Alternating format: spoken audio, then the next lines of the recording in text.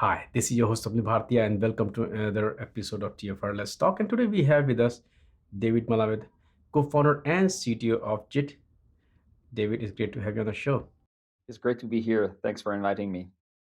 It's my pleasure to have you here on the show, and this is the first time we are talking to each other. So I want to understand some basics, which means since you are a co-founder of the company, tell me what problem you saw in the space which you wanted to solve, and the problem was so big that you're like, you know what, let's just start a company to address that. Great. It's a great first question. So let's start there. Basically, today there's a lot of the current trends that are helping engineering teams to develop and deploy faster and faster. So the velocity of these teams is really growing, but they're managing everything in the service, from writing the service, building the service, deploying the service, testing the service afterwards. What they're not really the owners of is securing the service. And for that, you have security teams. The problem is that those security teams are currently outnumbered. And so, because the ownership of security is not currently held in the engineering teams, there's a lot of frictions there, and this is a major pain point because security is currently slowing down development. And so, what we believe is that if ownership could migrate it to the engineering teams, then they should be able to deploy faster and having a way better experience. Now, in order to do that, there's a few challenges. First of all, engineering teams are not knowledge experts, and the talent is rare in terms of knowing exactly what needs to be done for security. It's not something that is trivial, and there's a lot of experience needed there. The second is that they need also help with the exponential number of tools and technologies out there.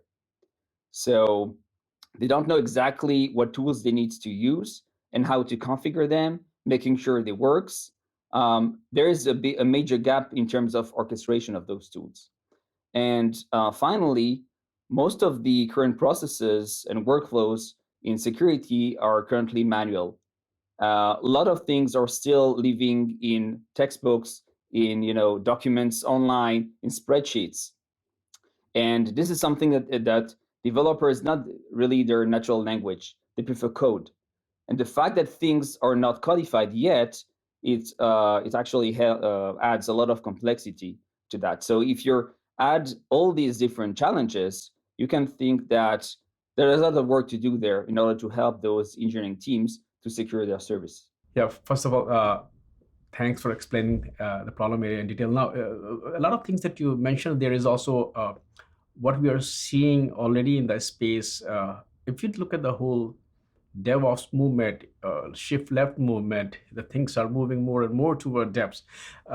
But as much as there is a lot of awareness about it, when I was listening to you, I felt that yes, people do talk about security a lot, but it is still not reaching in practice. There is still a lot of friction areas.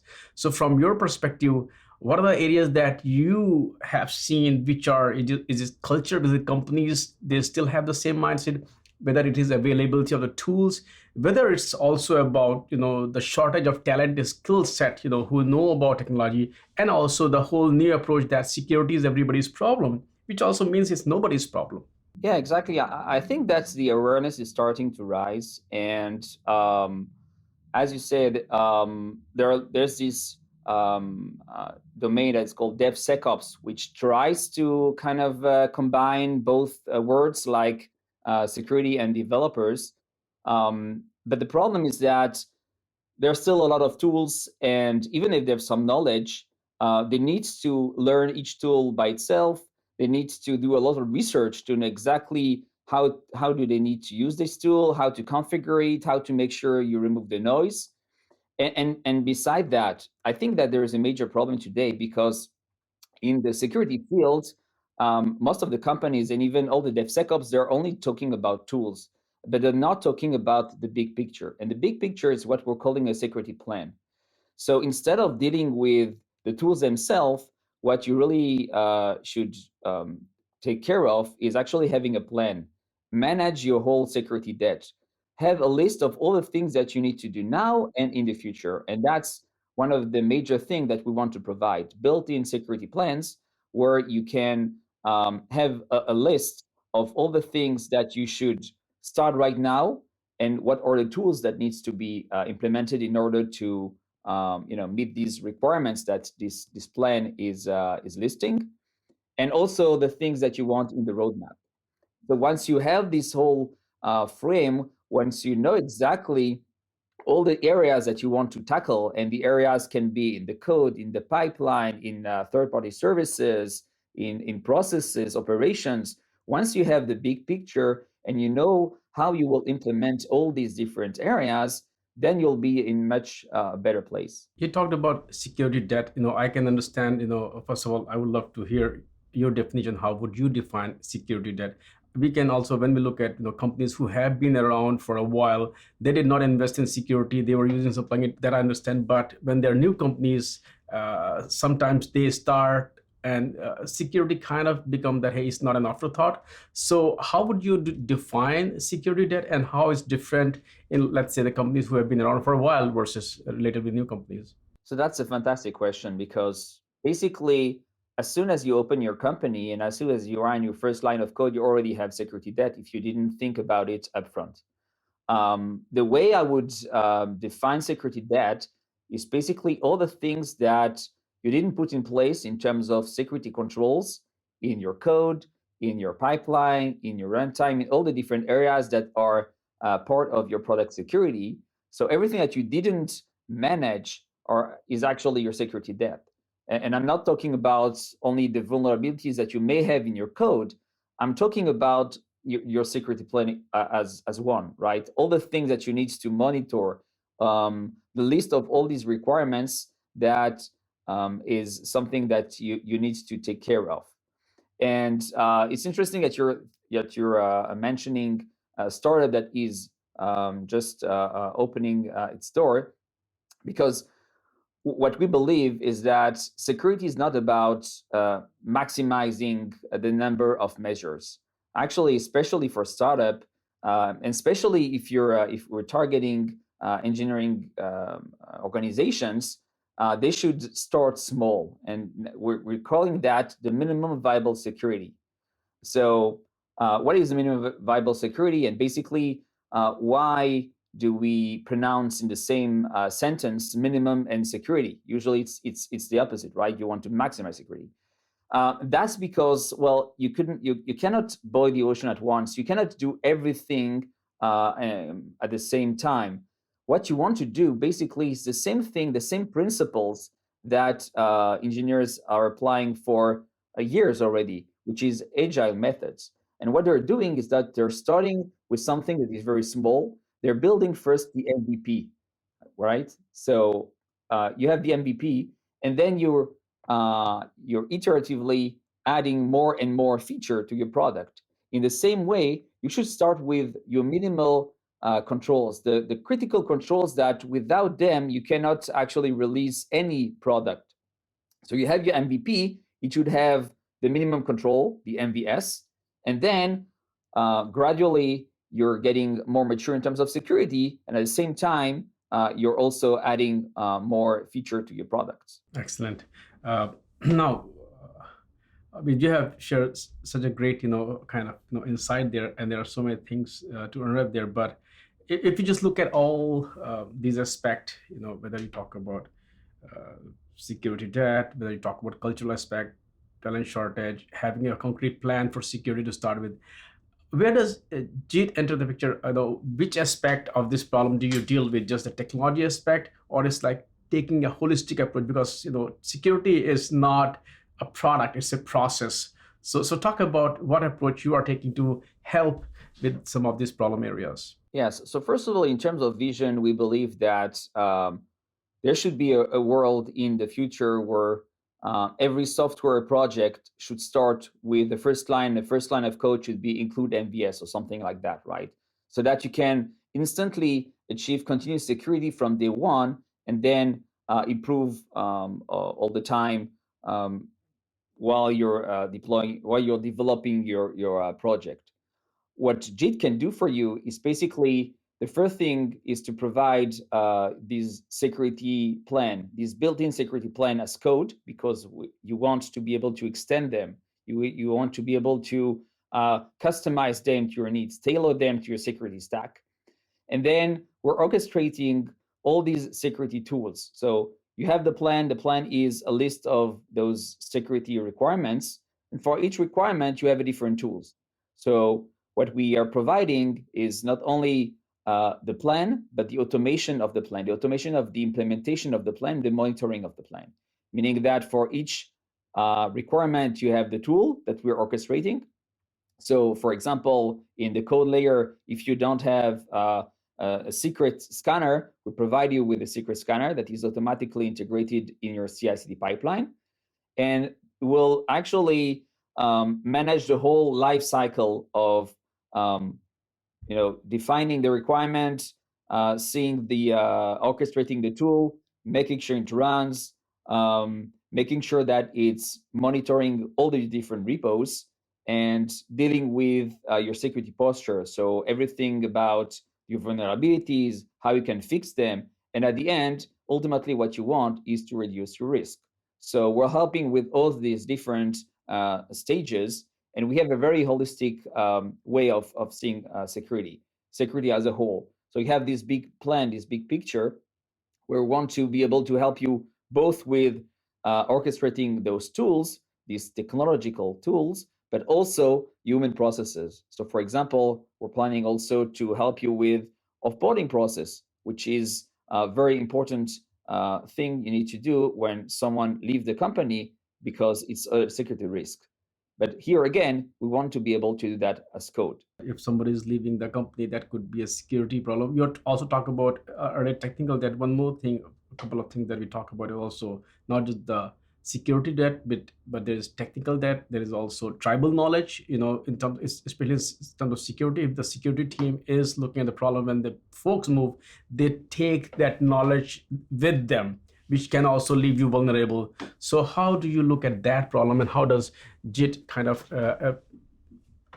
helps companies address or at least tackle that? So I think that's one of the beauty of having this security plan as code, because basically, because it's stored in a Git repository, it's the documentation of everything that is done in terms of security in a company, and it's visible to everyone who has access to this repository.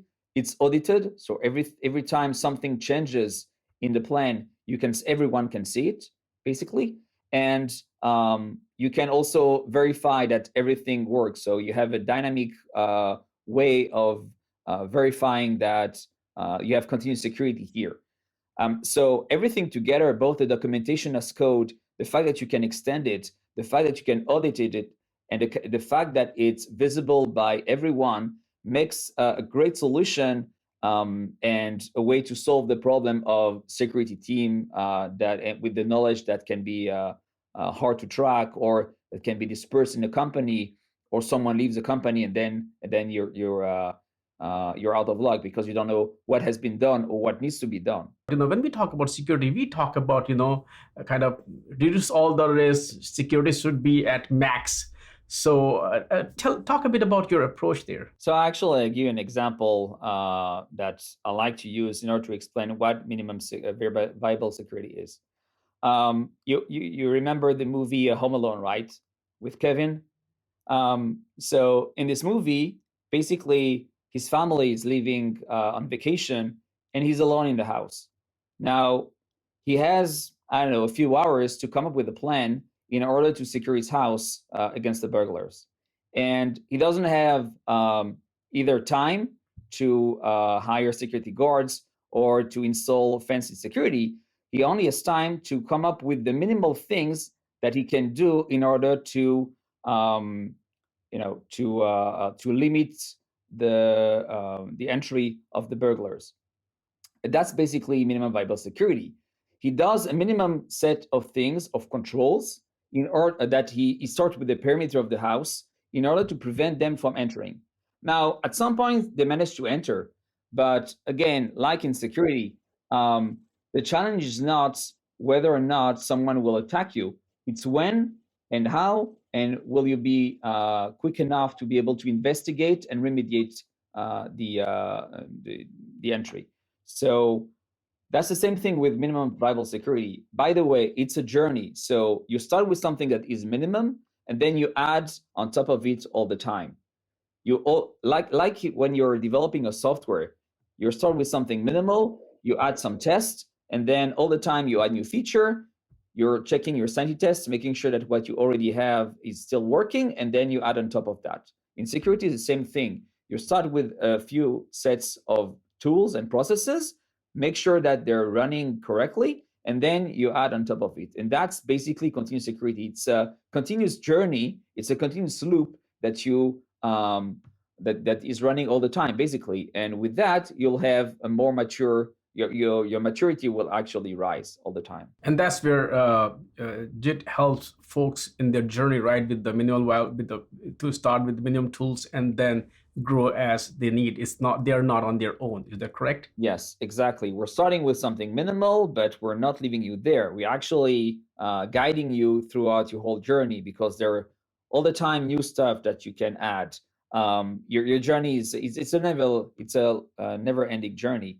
You can start with something minimal. At some point, you may get to some compliance-centric plans also, some very advanced security plans. So we'll hear there with you all the time. In terms of security, there are a couple of things where we used some words and terms. They tend to get confusing. One is that, especially depending on what kind of industry a client is operating in, compliance. Sometimes folks confuse compliance with security also. So can you also talk about the difference between these things, so that once again, the idea is to have holistic and minimalistic approach towards security? Sure. So basically, a lot of companies are trying to reach compliance, and that's totally understandable because it's a business need. But the problem is that sometimes they're confusing between being compliant and being secure. Being compliant basically means that they're checking boxes, and there are ways they can completely be compliant, but behind the scenes, they don't have all the security measures that they need. For example, if you want to be compliant, you need to, upload some vulnerability report that you need to manually send, manually upload. Now the thing is, you're doing that once, and it's not continuous. So maybe once you're compliant for one day, but basically it's not something that is continuous in the company. And if you don't have any best practices in terms of how things are running, you may definitely not be secure. For example, compliance is not checking a lot of things.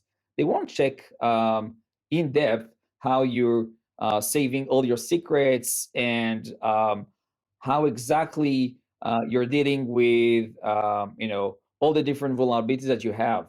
They have some standards, and you need to they have some tests, and you need to pass those tests. But that's pretty much it. Security is way more than that. And so what we try to define here is that JIT is trying to help you with security. If you do everything right, at the end, you also be compliant. But the goal is to be secure, first of all. And today, compliance is like theater.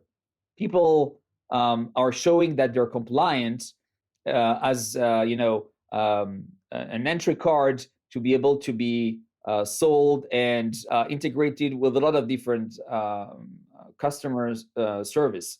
But the thing is, it doesn't mean that they're truly secure and that they have all the measures in place. If we just look at an analogy of automobiles or cars, you don't buy a car and then install airbags or brakes later on. It comes before the car is delivered. So do you also see where we are moving in a world where security and a lot of other things will be baked into the software before it hits public releases, versus let's release the software and then we'll figure out security later on? I think that when you see all the different trends today and all the different hot topics in cybersecurity, like recently at RSA, the major topic was supply chain attack.